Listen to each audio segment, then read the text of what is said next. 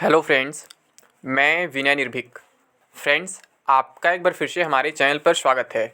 तो friends, RRB group D exam date 2022 big breaking update. जी हाँ फ्रेंड्स, बिग ब्रेकिंग अपडेट। आप लोग को मालूम होगा, मैं शुरू से बता ही रहा था कि आपका एग्ज़ाम जो है जून एंड या फिर जुलाई फर्स्ट वीक से स्टार्ट हो सकता है। तो फ्रेंड्स, फाइनली बात कंफर्म हो चुका है, आपका ग्रुप डी एग्ज़ाम जो है जून से अगस्त तक चलने वाला है। सारी अफवाहें जो फैल रही थी, कोई बोल रहा था मार्च में, कोई बोल रहा था अप्रैल में, सब फेल हो चुकी हैं। अभी कोई एग्ज़ाम इधर नहीं होने वाला है। अगर हम बात करें ज्वाइनिंग कब तक होगा, क्योंकि ज्वाइनिंग को भी लेकर बहुत सारी अफवाहें फैलाई जा रही हैं।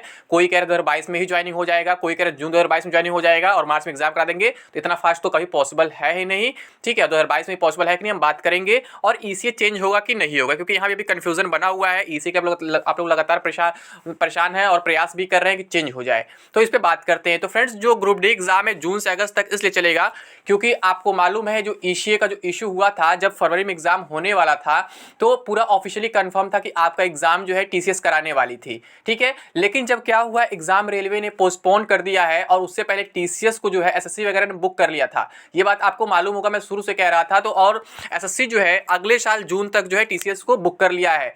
आई थिंक जून 2023 तक जो है उसको हायर कर लिया है पूरी तरीके से। बीच में कुछ ही दिन का गैप है जिसमें ग्रुप डी जितना बड़ा एग्जाम होना पॉसिबल नहीं है, क्योंकि वो पैरेलल में दो एग्जाम कराएगा तो पॉसिबल है कि उतने सेंटर्स के पास नहीं हो पाएंगे। फिर उधर एसएससी के एग्जाम्स कराए, ग्रुप डी के एग्जाम कराए, और दोनों एग्जाम्स काफी बड़े हैं जिसमें कैंडिडेट्स काफी अधिक होते हैं। इस वजह से क्या हुआ, रेलवे ने टीसीएस को छोड़ दिया। और यही कारण है, टीसीएस को छोड़ने के लिए कुछ टीचर्स भी यहाँ पे लगे हुए थे और क्या अफवाह फैला रहे थे कि नॉर्मलाइजेशन में प्रॉब्लम हुआ है, बहुत ज़्यादा घोटाला हुआ है, ये हुआ है, वो हुआ है। क्यों? क्योंकि टीसीएस जो है सब कुछ फेयर काम कराता है। टीसीएस दिखाता है हर एक चीज़, कहाँ कैसे क्या हो रहा है, आपका रॉ स्कोर कितना है, आपका प्रो रेटेड स्कोर कितना है, आपका नॉर्मलाइज स्कोर कितना, सब कुछ बताता है डिटेल में। जो कुछ लोग को हजम नहीं हो रहा था और कुछ लोग परेशान थे, इसके लिए टीसीएस हट जाए किस तरीके से। क्यों? क्योंकि टीसीएस जो है पैसे पे ज़्यादा नौकरी नहीं देता है।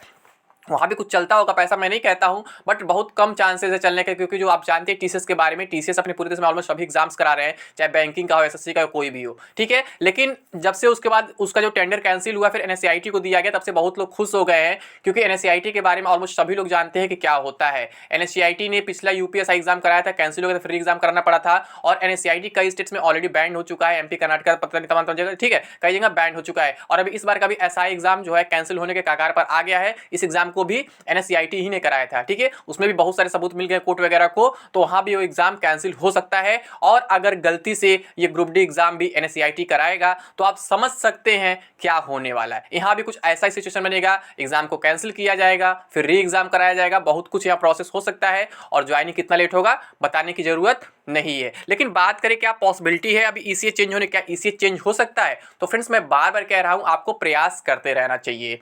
आप लोग यहाँ भी विश्वास नहीं कर पाते कि रिजल्ट रिवाइज होगा, लेकिन मैं आपसे क्या कह रहा था, रिजल्ट आप लोग, मतलब मैं बात कर रहा हूँ एनटीपीसी का भी कि आप लोग प्रयास करिए, रिजल्ट जरूर रिवाइज होगा।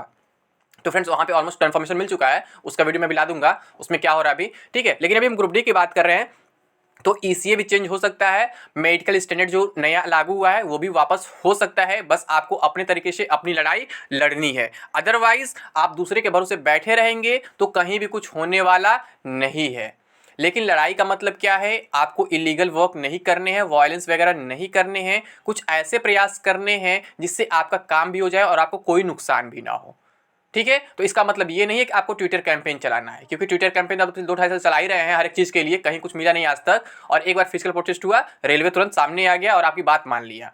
ठीक है, तो यहाँ भी फिजिकल प्रोटेस्ट की जरूरत पड़ सकती है कि हमें, मतलब जो ईसीए है चेंज कराना ही है हर हाल में। अगर आप चेंज नहीं कराएंगे तो फिर आप जितना जल्दी सोच रहे हैं उसका कई गुना लेट हो जाएगा, क्योंकि ये लोग जून में एग्जाम स्टार्ट करा तो देंगे और अगस्त में हो सकता है कंप्लीट हो जाए, या फिर उसके बीच में ही कहीं कैंसिल हो जाए पहले ही। लेकिन उसके बाद क्या होगा, फिर री एग्जाम का झमेला फंसेगा, फिर री एग्जाम के लिए लोग डेट निकालेंगे, तमाम तरह की परेशानी होगी, बहुत कुछ यहाँ होने वाला है। क्योंकि जो एनएससीआईटी है कभी फेयर एग्जाम आज तक नहीं करा पाया है। रेलवे के भी कुछ एग्जाम्स जो हुए थे, आई थिंक आरपीएफ या फिर एक दो और एग्जाम, वहाँ भी आप देखे थे कितना हाई कट ऑफ गया था, 120 में 120 पूरा कट ऑफ चला गया था।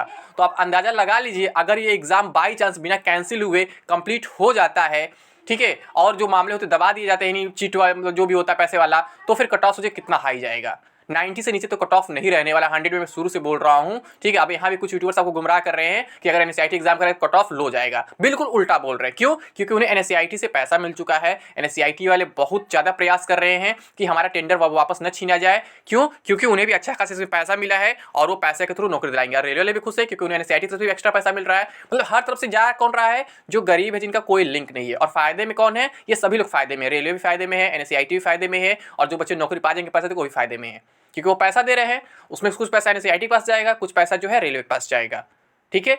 लेकिन उनको नौकरी मिल जाए वो भी खुश हो गए। लेकिन जो 3 साल से लगातार मेहनत कर रहे हैं, इतने मतलब छोटे से नौकरी के लिए इतने दिनों से कि हाँ कुछ हमें मिल जाए, ठीक है, ये ग्रुप डी का एग्जाम है और यहाँ पे इतना बड़ा इशू किया जा रहा है, तो काफ़ी गलत, इनके लिए नुकसान है। तो फ्रेंड्स मैं आपसे कहूँगा इसके लिए कुछ ना कुछ आपको करना ही पड़ेगा। और मैं बार मेडिकल स्टैंडिंग के लिए बोल रहा हूँ, उसके लिए आपको आवाज़ उठाना ही होगा। कल 16 फरवरी है, कल लास्ट डेट है ग्रीवांस का, मतलब सजेशन और कंसर्न का। तो आप लोग वहाँ पे जरूर अपना सजेशन कंसर्न दे, ग्रीवेंस डाले कि हाँ हमें ये चीज़ चाहिए और ये रीज़न है, ऐसा ये नहीं होना चाहिए। तो अगर आप लोग कल तक कुछ ना कुछ कर लेते तो बहुत अच्छा रहेगा। अदरवाइज फिर एक ही ऑप्शन बचेगा, केवल फिजिकल प्रोटेस्ट का, ठीक है। फिजिकल प्रोटेस्ट के माध्यम से सारी बातें मानी जाएंगी, फिर उसका कोई ऑप्शन नहीं बचता है। क्योंकि यहाँ पे आप देख रहे हैं बहुत सारे यूट्यूबर्स जो पीछे हट चुके हैं, जैसे रिवाइज रिजल्ट के नाम पर पीछे हट गए थे। मैं आपसे इकलौता लगातार बोल रहा था फ्रेंड्स कि आपका रिजल्ट रिवाइज होगा, रिवाइज होगा, रिवाइज, कोई डाउट नहीं है। लेकिन बहुत बड़े टीचर पीछे हट गए थे, वो हार मान लेते रिजल्ट रिवाइज भी होगा। और मैं आपसे कॉन्फिडेंटली हमेशा बोल रहा था। अगर आपको विश्वास नहीं, मेरे पुराने वीडियोस देख लीजिए, मेरी कम्युनिटी पे जो पोस्ट है उस पर देख लीजिए, साफ से मैं बोल देते रिवाइज होगा, ठीक है।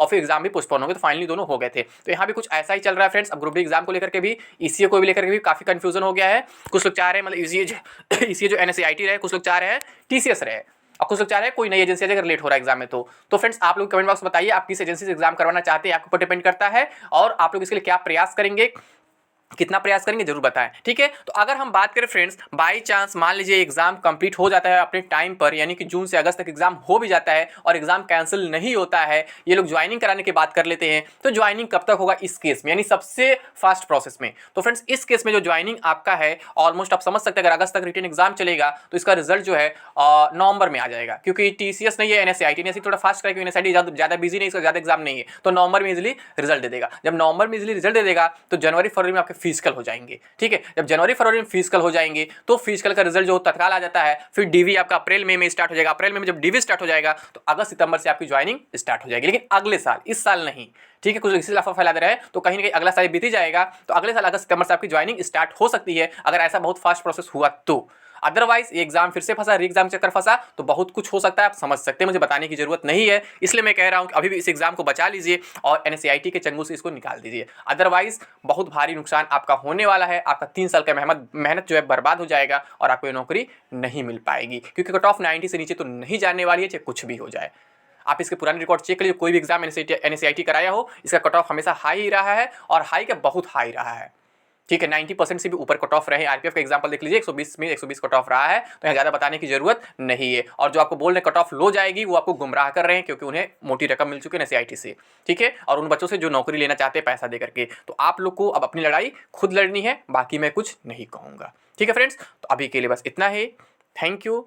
जय हिंद, जय भारत।